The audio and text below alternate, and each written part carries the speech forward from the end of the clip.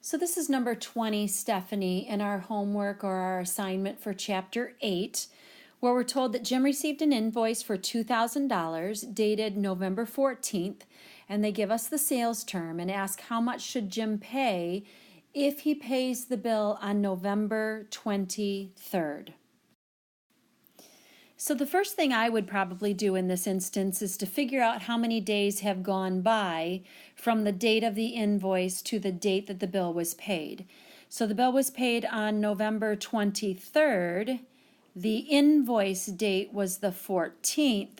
So the bill was paid within 9 days. To get the 25% discount, this person, Jim, would have to pay within the first 10 days, and he in fact would do that.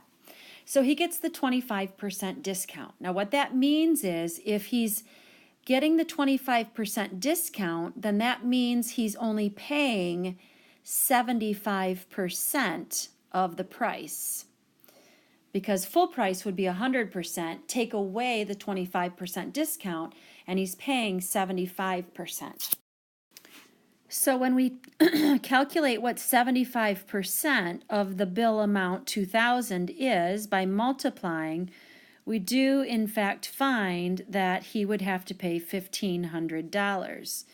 So now I look at your answer and I see that that's what you answered, so I need to make a correction in the answer key for this assignment. Good job, Stephanie.